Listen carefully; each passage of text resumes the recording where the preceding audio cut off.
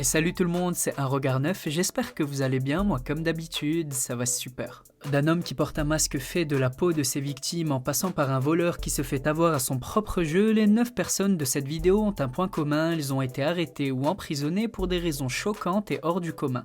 On part donc tout de suite à la découverte de ces prisonniers hors normes. Numéro 1, Ed Gein, le voleur de peau.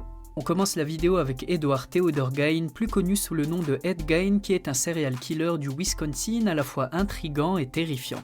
Sa capture a été un choc pour les États-Unis en 1950 et surnommé le boucher, sa particularité, accrochez-vous bien, est qu'il confectionnait des objets à partir des restes du corps de ses victimes. Il mutilait également des cadavres qu'il récupérait au cimetière pour s'adonner à ses activités. Parmi les objets retrouvés dans sa maison, il y avait par exemple des lampes faites d'eau et de chair humaine, des gants et des ceintures faites en peau humaine, une chaise recouverte de peau ou encore des membres éparpillés un petit peu partout dans sa maison. Bon, évidemment, je vous épargne les images, c'est vraiment dégoûtant, mais vous pouvez facilement les retrouver sur internet pour les plus curieux. Ce tueur en série a d'ailleurs inspiré le monde du cinéma et a fait voir le jour à plusieurs films d'horreur comme Massacre à la tronçonneuse ou encore Psychose d'Alfred Hitchcock. D'ailleurs, il y a même un film qui retrace toute sa vie nommé Ed Gein, The Butcher of Plainfield. Une fois arrêté, son procès débute en 1957, mais il plaide la folie et il est jugé non responsable de ses actes. Les juges estiment finalement qu'un procès est envisageable dans quelques années selon son évolution psychiatrique et il est finalement rejugé 11 ans plus tard en 1968. Mais vous vous en doutez, les preuves étant nombreuses, il ne faut qu'une semaine pour boucler le procès et obtenir un verdict. Ed Gein est déclaré coupable de meurtre avec préméditation. Mais ses avocats font appel et lors d'un troisième procès, il est déclaré non coupable car mentalement irresponsable et finalement il ne sera jamais jugé pour ses actes. Il est interné dans l'hôpital psychiatrique d'une prison où on lui diagnostiquerait une schizophrénie. Et il y restera finalement toute la fin de sa vie et décédera en 1984 à l'âge de 70 ans. Ed Gein est inhumé au cimetière de Plainfield dans sa ville, mais suite à de nombreux actes de vandalisme, sa pierre tombale est transférée en juin 2001 dans un musée du Wisconsin. Numéro 2, Robert Hansen. On continue avec un homme tout aussi déjanté que le premier. Robert Hansen était un père de famille et boulanger avec une vie tout à fait normale d'apparence mais qui était en réalité un dangereux tueur en série ayant opéré entre les années 70 et 80. Il aurait violé plus de 40 femmes et tué au moins 17 femmes en Alaska d'une manière complètement inhumaine. Hansen enlevait ses victimes, les mettait dans le coffre, les agressait sexuellement puis les lâchait dans une forêt lointaine et leur ordonnait de courir. Il les chassait ensuite comme des animaux avec son fusil. Ce monstre a été capturé après qu'une de ses victimes ait réussi à s'échapper et qu'elle ait pu l'identifier au poste de police. Les enquêteurs ont rapidement trouvé des bijoux appartenant à certaines victimes ainsi que des armes à son domicile et il assumera 17 meurtres dont 12 étaient ignorés par les autorités. Robert Hansen a finalement été condamné à 461 années de prison et il est décédé en 2014 à l'âge de 75 ans. Numéro 3, Konrad Zierak. On continue avec un prisonnier braqueur cette fois-ci et non pas meurtrier. Dans l'état de l'Ohio, Konrad Zierak, 30 ans, a cru trouver le moyen imparable de braquer des banques en toute impunité. Il avait investi dans un masque facial de qualité professionnelle, le transformant en afro-américain alors que lui est blanc aux yeux bleus. Il mettait son accessoire dès qu'il rentrait dans l'établissement qu'il voulait braquer et l'enlevait dès qu'il en sortait. Ainsi, ses victimes décrivaient leur agresseur comme un individu à la peau noire et comme vous le voyez à l'écran, le masque est vraiment bluffant. Konrad Zierak a pu braquer 4 banques et une supérette en une demi-journée sans que personne ne le soupçonne. La police cherchait quelqu'un de couleur noire et était donc sur des fausses pistes jusqu'à ce que Konrad fasse une erreur. À cause de sa plaque d'immatriculation, la police a finalement localisé la voiture, puis le criminel et le butin et enfin le masque. Un des lieutenants de la police a d'ailleurs dit dans une interview on trouve ce genre de masque seulement au cinéma et ça vaut entre 600 et 700 $. Konrad a été arrêté et finalement condamné à 25 ans de prison pour 6 chefs de vol aggravés et possession d'armes.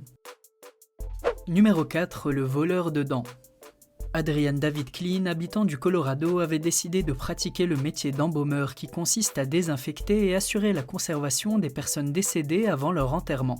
Et je pense que vous sentez le truc bizarre qui se prépare. Dès qu'Adrian David Klein se retrouvait seul avec les corps, il ouvrait leur bouche et leur retirait leurs dents en or avant de les revendre dans une boutique de sa ville. Qui a embauché ce mec ? Mais pas très malin, il allait souvent dans les mêmes boutiques pour revendre les dents qu'il volait et prétendait aux vendeurs qu'il travaillait dans un crématorium, que les dents étaient jetées et qu'il les ramassait pour les donner à des enfants dans le besoin. Et bien évidemment, rien n'était vrai, son histoire a alerté le patron d'une des boutiques qui a appelé la police pour mener l'enquête. Ils ont finalement pu remonter à lui, ont découvert la manière dont il obtenait les dents et il a été condamné. Le tueur à la caféine. Le prochain se nomme Woody Smith, surnommé par certains le tueur à la caféine. La raison est qu'il a tué son épouse en l'étranglant à leur domicile en mai 2009 et quand on lui a demandé la raison de son acte, il n'a rien trouvé de mieux à dire qu'il était dans un état de folie à cause de la caféine. Et qu'à cause de ses nombreuses tasses de café, il ne se rappelait de rien et qu'il était sûr de ne pas l'avoir tué. Lors de son procès, avant l'annonce de la sentence, il prend la parole et comme vous pouvez le voir, personne ne le prend au sérieux à cause de sa coupe de cheveux. Okay, I was told it would be disrespectful, but it's not disrespectful because I love my wife very much. This is not about Okay. the jail or anybody else. This is about Okay. Il a finalement été condamné à la prison à perpétuité. Numéro 6. On continue avec un registre un petit peu différent avec des gens qui sont passés par la case prison ou qui auraient dû pour des actes complètement stupides. On commence avec un homme en Pologne qui a fait un geste complètement idiot en tapant avec sa voiture un piéton en face de la police, je vous laisse voir ça en vidéo.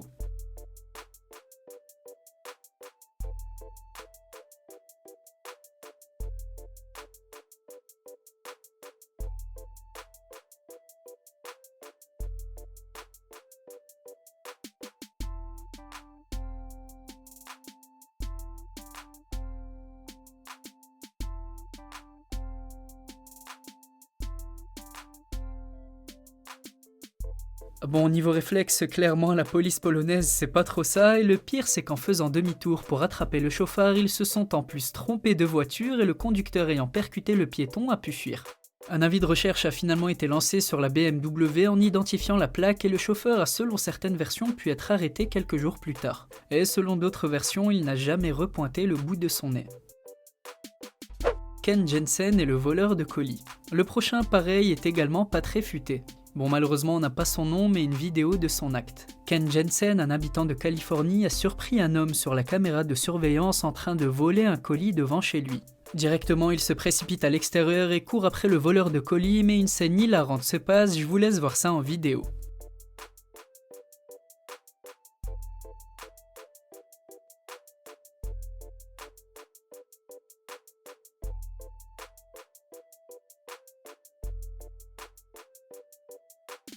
Comme vous l'avez vu, non seulement le voleur de colis a laissé tomber le paquet, mais en plus de ça, Jensen a pu récupérer le sac de la passagère de la voiture et donc par la même occasion identifier les voleurs. Finalement, le voleur a pu être repéré et arrêté et vu qu'il avait des condamnations antérieures pour vol et vol de colis, il a passé quelques temps enfermé. Numéro 8. Jamal Green, un jeune de 17 ans, a été condamné et reconnu coupable de meurtre sur un barman dans une ville de Caroline du Sud. La raison de son acte est complètement ignoble et absurde, lui et un ami à lui auraient choisi le barman par hasard pour lui voler son argent et sur un parking, ils l'ont tué et dépouillé. Ils ont pris la fuite et après avoir échappé aux forces de l'ordre pendant un mois, Jamal Green se fait attraper par la police. Et lors de ses différentes apparitions au tribunal, il n'éprouvait aucun regret et bien plus encore, il semblait presque fier et était irrespectueux envers les familles. Il se moquait d'eux et chantait des chansons sur la vie de voyous.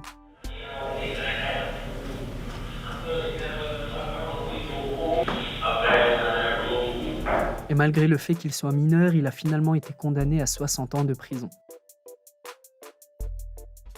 Et le numéro 9. En 2016, un homme est entré dans un Apple Store de Dijon et a massacré des iPhones, des iMac et des MacBooks avec une boule de pétanque. Et au total, c'est 12 iPhones, 4 iMac et un MacBook Air qui avaient été détruits.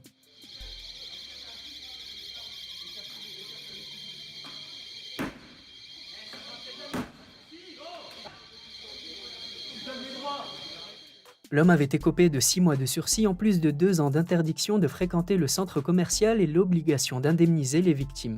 Bon, vous vous demandez peut-être qui sont les victimes vu que les appareils n'appartenaient à personne, eh bien c'est tout simple, premièrement le vigile auquel le frappeur à la boule de pétanque doit 300 € d'amende.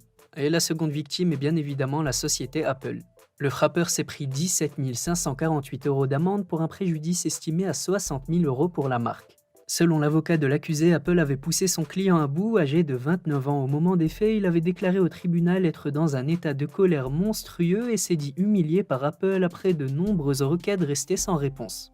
Et vu que personne ne lui répondait concernant son iPhone défectueux, il a donc décidé de rendre défectueux tous les téléphones. Ça va péter!